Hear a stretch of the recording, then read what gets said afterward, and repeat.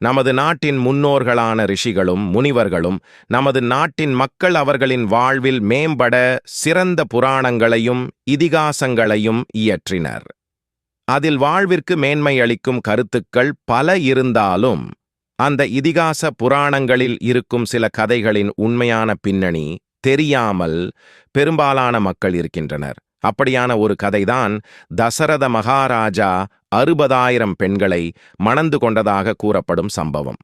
தசரதர் ஏன் இத்தனை திருமணங்கள் புரிந்தார் என்பதற்கான காரணத்தை இங்கு தெரிந்து கொள்வோம். வேத காலத்தில் காட்டில் ஆசிரமத்தில் தங்கியிருந்த ஜமதக்னி முனிவர் சிறந்த தவ ஆற்றல் கொண்டவராக இருந்தார். அந்த ஆற்றலின் மூலமாக சொர்க்கலோக பசுவான காமதேனுவை தனது ஆசிரமத்தில் வளர்த்து வந்தார். அதை கண்ட மன்னன் கார்தவீர்யாஜுனன் அந்த காமதேனுவை தனக்கு தருமாறும் அதற்கு இணையான செல்வத்தை தான் தருவதாகவும் ஜமதக்னி முனிவரிடம் கூறினான். அதற்கு ஜமதக்னி முனிவர் மறுப்பு தெரிவிக்க அதை அவரிடமிருந்து பறித்து சென்றான் கார்தவீர்யாஜுனன். இதை கேள்விப்பட்ட ஜமதக்னியின் தவ புதல்வரும் மகாவிஷ்ணுவின் அவதாரமுமான பரசுராமர் கார்தவீர்யார்ஜுனனுடன் போரிட்டு அவனை கொன்று அந்த காமதேனு பசுவை மீட்டு வந்து தனது தந்தை ஜமதக்னியிடம் ஒப்படைத்தார். கார்தவீர்யார்ஜுனன் கொல்லப்பட்டதற்கு பழிக்கு பழியாக அவனது 3 புதல்வர்கள் பரசுராமரின் தந்தையான ஜமதக்னி முனிவரை 21 முறை வாளால் வெட்டி கொன்றனர். இதனால் கோபத்தின் உச்சத்திற்குச் சென்ற பரசுராமர் அந்த 3 மகன்களையும் மற்றும் அவனது படைகளையும் சிவபெருமான் தனக்கு அளித்த கோடரி மூலம் வெட்டி வீழ்த்தினார். மேலும் தனது தந்தை ஜமதக்னி முனிவரை கொடூரமாக கொன்ற சத்திரியர்களான் அரசர்கள் மீது பரசுராமருக்கு மிகுந்த வெறுப்பு ஏற்பட்டது. எனவே இந்த நாட்டின் எந்த ஒரு சத்திரிய பரம்பரையின் 21 தலைமுறையினரையும் தான் வெட்டி வீழ்த்தப் போவதாக சபதம் ஏற்று அப்படியே செய்து வந்தார். அப்போது அயோத்திய நகரை ஆண்டு வந்த சத்திரிய குலத்தில் உதித்த தசரத சக்கரவர்த்தி தனது நாட்டை தர்மத்தின்படி ஆட்சி புரிந்து வந்தார்.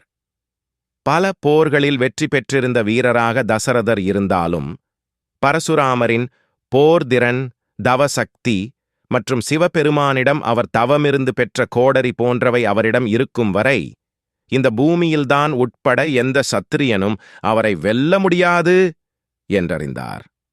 அதே நேரத்தில் புதிதாக திருமணம் புரிந்திருக்கும் எந்த ஒரு அரசனையும் போருக்கு அழைக்காமல் அவனை ஆசிர்வதித்து செல்லும் பரசுராமரின் குணம் பற்றி அறிந்தார் தசரதர்.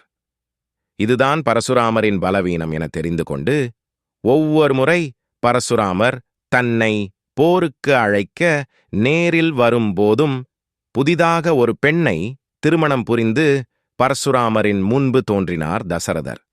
அப்போது பரசுராமர் அவரை போருக்கு அழைக்காமல் அவரையும் அவரது புது மனைவியையும் ஆசிர்வதித்து விட்டுச் சென்றார். இப்படி ஒவ்வொரு முறையும் தனது உயிரை காப்பாற்றிக் கொள்ள பரசுராமர் பார்வையில் படும்போதெல்லாம் ஒரு பெண்ணை புதிதாக திருமணம் செய்து கொண்டு அவர் முன் தோன்றினார். தனது நாட்டு மக்களுக்கு அரசனாக சேவை செய்யும் பொருட்டு தான் உயிருடன் இருக்க வேண்டிய அவசியத்திலேயே தசரத சக்கரவாதி இத்தனை திருமணம் புரிந்தாரே அன்றி சுகங்கள் அனுபவிக்கும் எண்ணத்தினால் அல்ல. எனவே நமது புராணங்களையும் இதிகாசங்களையும் ஆழ்ந்து படிக்காமல் மேலோட்டமாக சில விடயங்களை தெரிந்து கொண்டு அத்தகைய காப்பியங்களை கேலி செய்வது தவறு. மீண்டும் அடுத்த ஒரு பதிவில் பார்ப்போம். நன்றி, வணக்கம்.